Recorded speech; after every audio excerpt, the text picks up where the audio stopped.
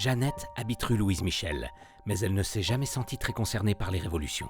Son père disait toujours « Les femmes qui pensent ne sont pas belles. C'est important d'être belle. » Jeannette aime les vieux films d'amour avec Humphrey Bogart. Elle aime s'imaginer recevoir des bouquets de fleurs extravagants dans sa boîte aux lettres. Elle aime boire le thé avec ses copines Edith et Marthe, en parlant des garçons tous les vendredis soirs. Cela peut être les samedis soirs tant que Louis n'a pas de compétition de golf. En somme, Jeannette est une femme. Jeannette n'a pas d'emploi. Elle aimerait connaître l'Australie, faire des pèlerinages qui ne finissent jamais, se perdre entre les blés de la Provence. « Mais je ne peux pas faire ça, je n'ai pas le temps », disait-elle. En réalité, la raison de sa course perpétuelle contre la montre demeurait indépendante de sa volonté. Jeannette découvrit très tôt qu'elle était condamnée à poursuivre la perfection physique pour le reste de sa vie. Sa mère lui confia le livre de toutes les générations familiales et ajouta « Tu ne connaîtras pas les matins. Tu te lèveras à 7 heures chaque jour de ta vie et tu finiras ce rituel à 13 heures. » Jeannette demanda une seule fois pourquoi. « Parce que tu veux être aimée, non ?» Elle avait raison. Jeannette ne posa plus la question. Voici la liste non exhaustive de tout ce que fait Jeannette à partir de 7 heures du matin. Se couper les ongles des pieds et des mains pour que tout soit à la même longueur chaque jour, retirer l'ensemble des poils de son corps par la cire orientale, la pince à épiler et bien sûr le rasoir, huiler sa poitrine pour qu'un jour, par miracle, elle grossisse d'un bonnet supplémentaire. En parlant de grossir, se peser, faire quelques exercices, se peser de nouveau. Se maquiller sans avoir trop l'air de se maquiller, lisser ses cheveux, mais pas trop. Puis, lorsque Jeannette se regarde enfin dans le miroir, elle n'est consciente que d'une chose. Je veux seulement voir un lever de soleil.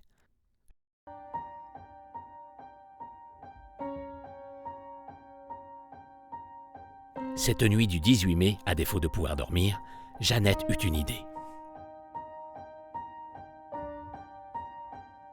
Après tout, si une fois, une seule fois, elle enfreignait la règle, que pouvait-il lui arriver ?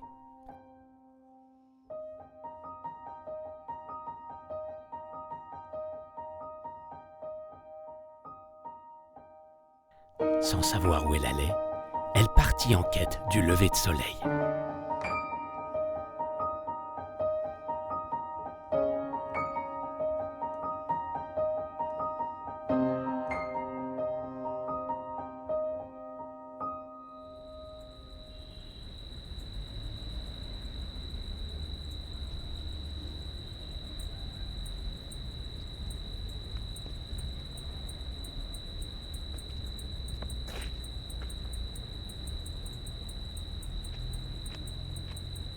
Ce jour-là, Jeannette tomba amoureuse du boulanger. Elle ne savait pas vraiment pourquoi, mais elle se dit que c'était normal qu'il n'y ait pas de raison à l'amour. À partir de cet instant, et très malheureusement, elle en oublia le lever de soleil. Constant a hérité de la boulangerie familiale il y a 5 ans. Il est tombé amoureux une seule fois de Christine. Il avait 16 ans, mais l'a quittée parce qu'elle mâchait ses aliments trop fort et que les bruits l'agacent. Et il aime plus que tout l'odeur du confit de canard. Jeannette désespéra des jours à l'idée que Constant ne pourrait jamais l'aimer, compte tenu dans l'état dans lequel elle se trouvait lors de leur première rencontre, c'est-à-dire en pyjama, pas coiffée, ni maquillée, ni apprêtée de quelconque manière. C'était son pire cauchemar. Elle rumina longtemps. Elle voulait se rattraper ou se racheter ou se punir, ou même les trois à la fois. Jeannette avoua à sa mère qu'elle avait désobéi, car Jeannette ne ment jamais. Elle pleura. Beaucoup. Puis elle finit par conclure qu'elle ne reverrait jamais Constant le boulanger, que lorsqu'elle serait parfaite. Jeannette n'eut comme soutien moral que ses fidèles amis, ou plutôt, il s'agissait de la seule compagnie qu'elle acceptait, pour ne pas être déconcentrée dans sa quête esthétique. Cela dura 1 an et 21 jours. À ce moment précis, Jeannette était heureuse. Il était bientôt temps pour elle de s'envoler, comme un oisillon qui quitte le nid.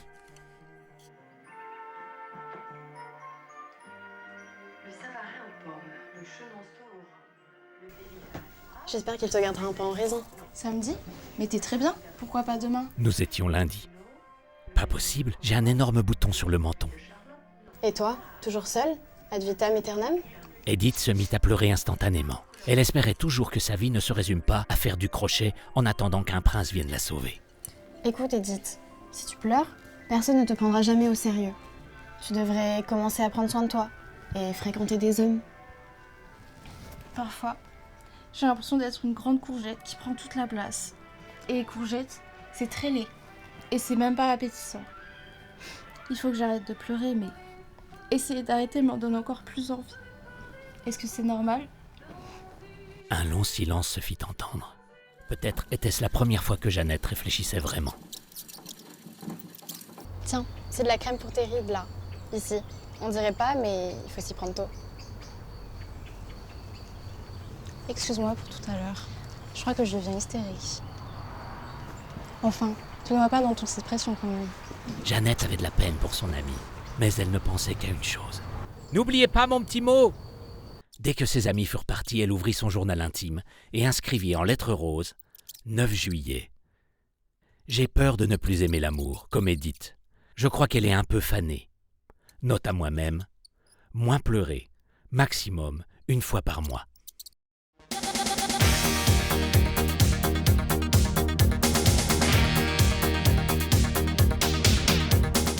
Jeannette se sentait enfin belle. Peut-être qu'elle l'avait toujours été, peut-être pas. Et ce moment marquait le début d'une grande histoire.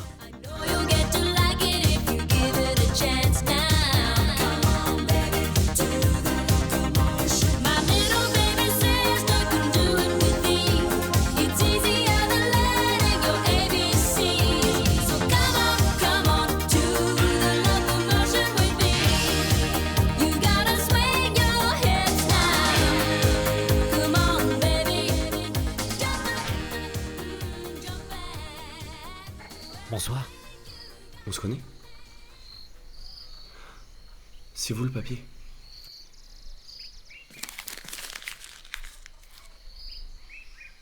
Je sais, ça peut paraître un peu incongru, mais on s'est rencontrés il y a 1 an près de chez moi, et depuis je ne pense qu'à vous. Il y a 1 an? Oui, je voulais vous plaire. On s'était vu tôt le matin, j'étais assez laide.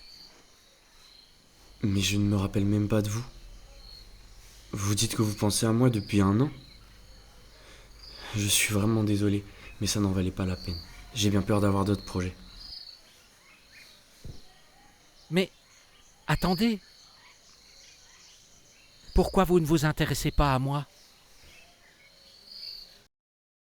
Et vous? Pourquoi vous intéressez à moi?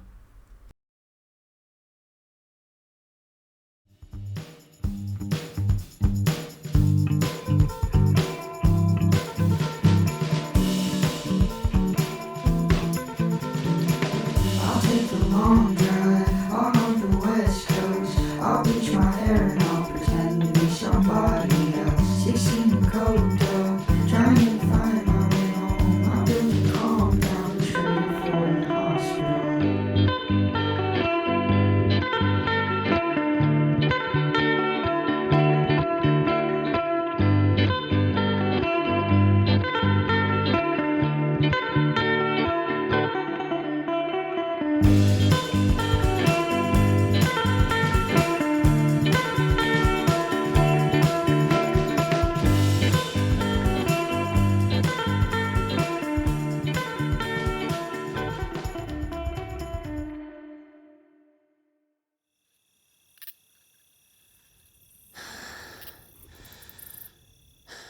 À ce moment-là, je réalise que les tableaux sont dans les musées, pas dans la vraie vie.